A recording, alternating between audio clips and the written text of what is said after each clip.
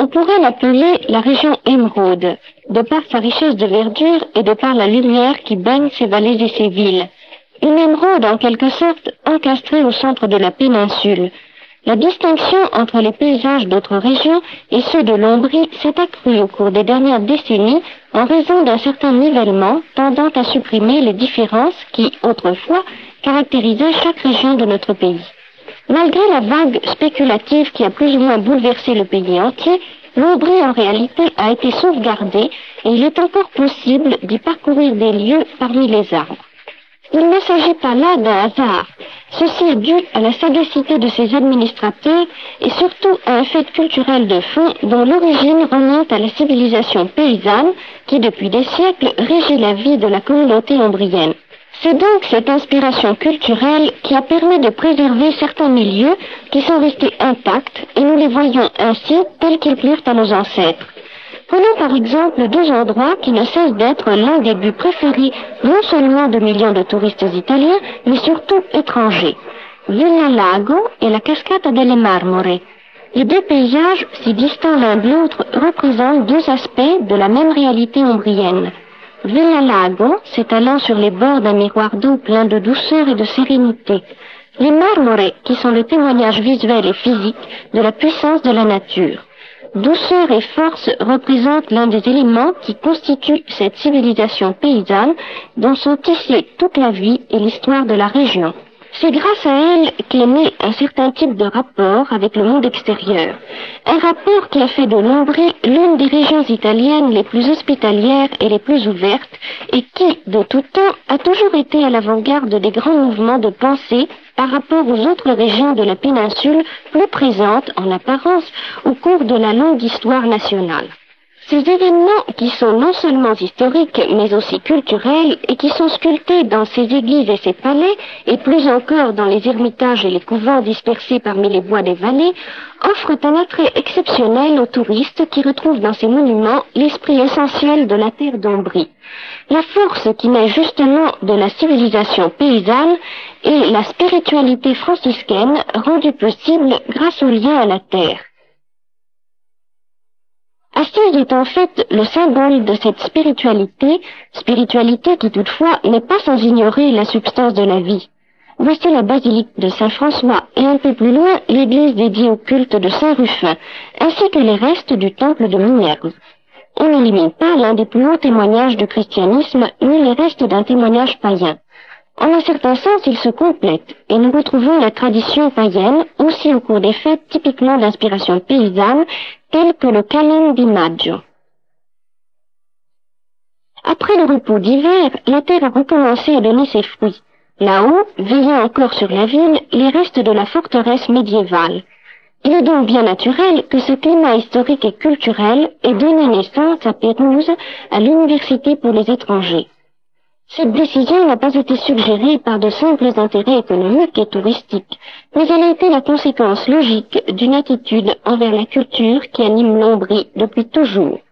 Des visages et des expériences, si distants les uns des autres, se sont désormais parfaitement insérés dans la vie de Pérouse, autour des jeunes du monde entier qui se donnent rendez-vous sur les places de Pérouse, ces monuments les plus significatifs. Depuis le palais des prières jusqu'à la porte étrusque, dont la tour contient tous les éléments de l'histoire ombrienne. La base est étrusque, la partie centrale romaine, les loges Renaissance. Puis l'église Saint-Bernardin et son oratoire. Les mêmes caractéristiques urbanistes et architectoniques, l'hôtel de ville et la cathédrale, se retrouvent partout.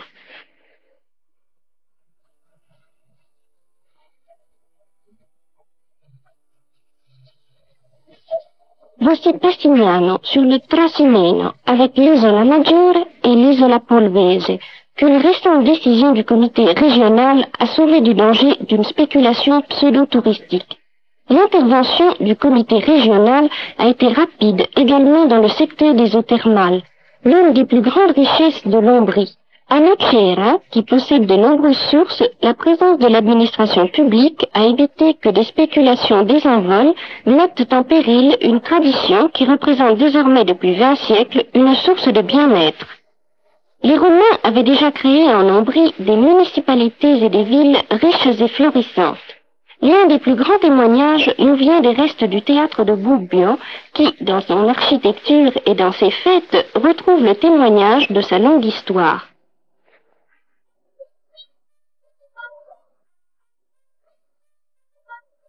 Le palais des consuls et les fêtes médiévales du Palio de l'Arbalète et de la course des cierges.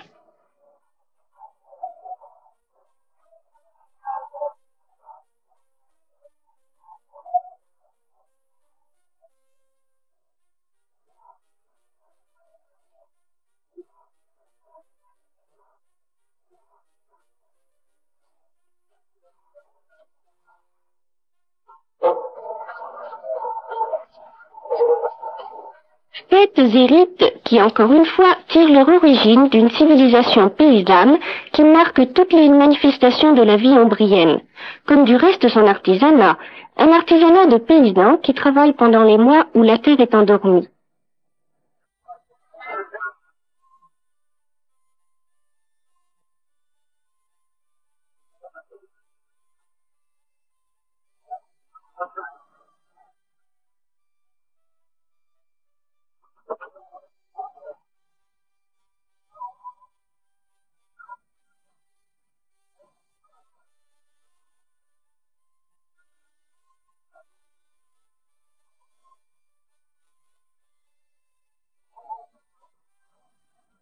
Les potiers, qui avec le temps ont suivi l'évolution du goût sans avoir pour cela modifié la technique de fabrication, les femmes qui occupent le temps libre en brodant, les forgerons qui battent le fer et le cuivre dans l'échoppe contiguë à la maison comme depuis toujours.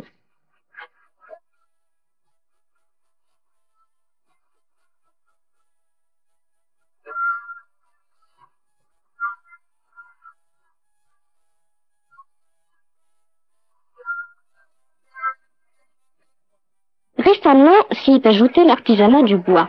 À Città de Castello a lieu une exposition du meuble qui, d'une année sur l'autre, assume prestige et importance économique. Sur le fond de la ville, la vieille tour médiévale.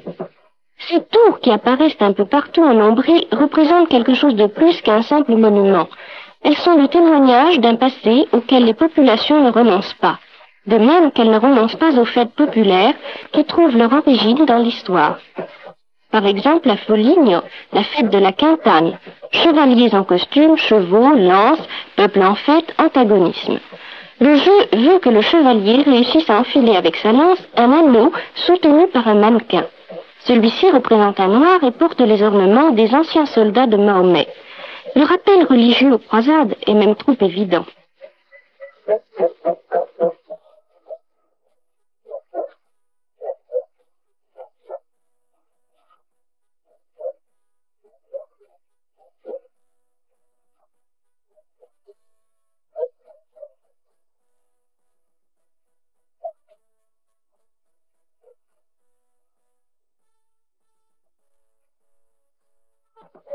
Mais également hors des villes principales, toute l'Ombrie évoque un discours qui date de plusieurs siècles. Voici Spello avec sa porte séculaire et les tours de Vénus.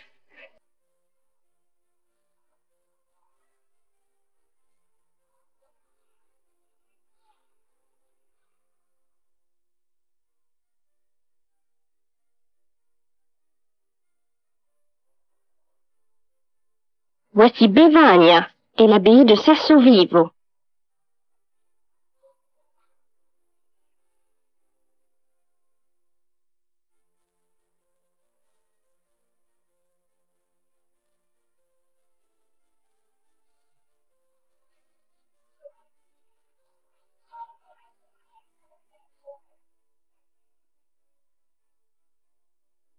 Voici encore la tour de Montefalco et la Serra di Montefalco, d'où le regard s'étend sur la vallée de Spolète.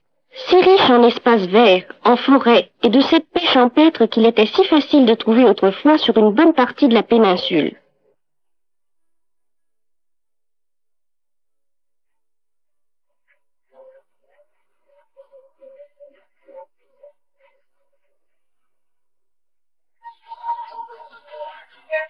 Spolète est le cœur de la vallée et idéalement elle est jumelle de Pérouse. Là, l'université pour les étrangers. Ici, le siège du Festival des Deux Mondes qui a rapidement atteint et consolidé une suprématie culturelle de niveau mondial difficilement destructible. Sortons de la ville. Les routes où la circulation n'est pas congestionnée laissent déjà prévoir la paix et la sérénité de ce coin d'Ombrie qui était déjà célèbre il y a 20 siècles. Les sources de Cliptune. C'est dans la nature même de l'Ombrie, dans sa terre, que l'on retrouve les éléments qui ont inspiré le patron d'Assise à une époque où l'Église de Rome était déchirée par des luttes de pouvoir, des schismes et des hérésies. L'eau est pure, elle glisse transparente comme il y a 1000 ans, pour descendre vers les riches vallées de culture. Les oliveraies s'étendent en alternant les tonalités de vert et de noir le long des pentes des collines. Plus bas, sur les hauts plateaux, les vignobles défendent une tradition d'authenticité qui était déjà reconnue par la Rome impériale.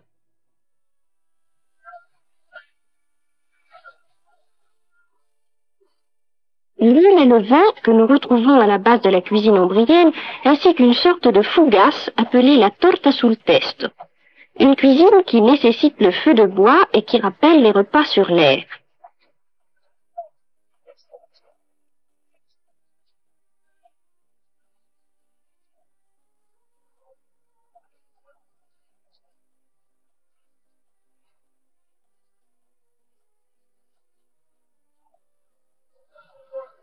La gastronomie paysanne n'a pas besoin de laquais en livrée ni de précieuses bouteilles de vin couvertes de toiles d'araignée. Mieux vaut la cruche rustique de bon vin blanc, c'est-à-dire l'Orvieto qui doit son nom à la vieille ville située sur la colline et entourée de vignobles qui s'étalent jusqu'à la plaine.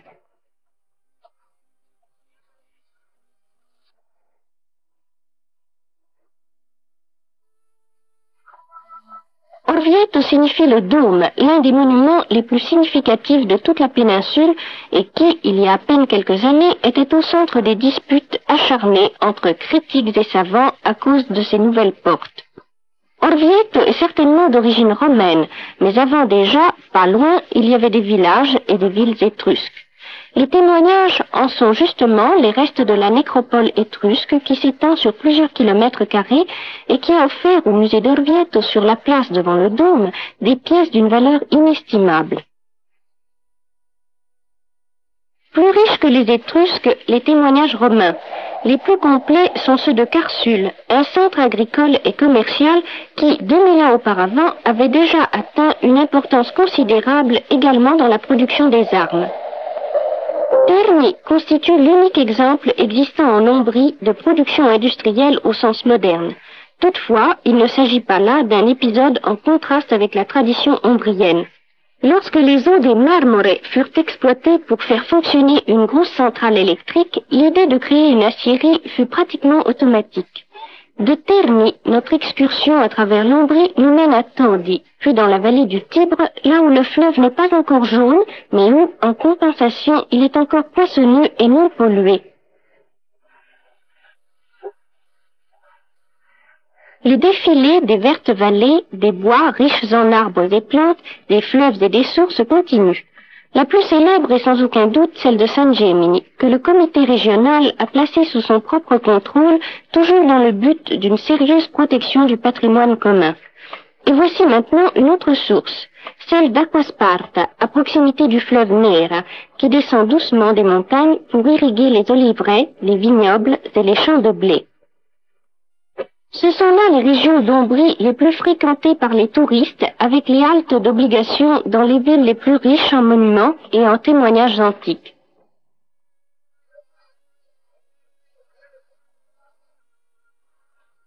Voici maintenant Piedilucco, avec sa plage qui s'étale sur plusieurs centaines de mètres le long de la rive de son lac.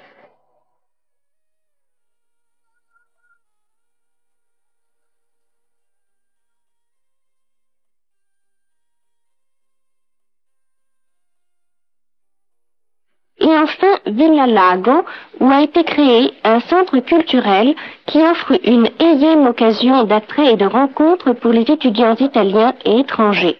Toute l'histoire de cette terre se déroule sur le fil des restes de l'union précieuse et heureuse entre l'ancienne civilisation paysanne et la plus récente spiritualité chrétienne. L'exemple type en est l'abbaye de Ferrantillo, avec son cloître, qui est l'un des plus beaux exemples d'architecture gothique.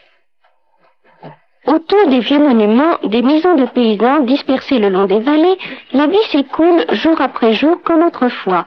Justement, dans la région de Norcia, même la recherche de la truffe n'a subi aucune modification ou modernisation.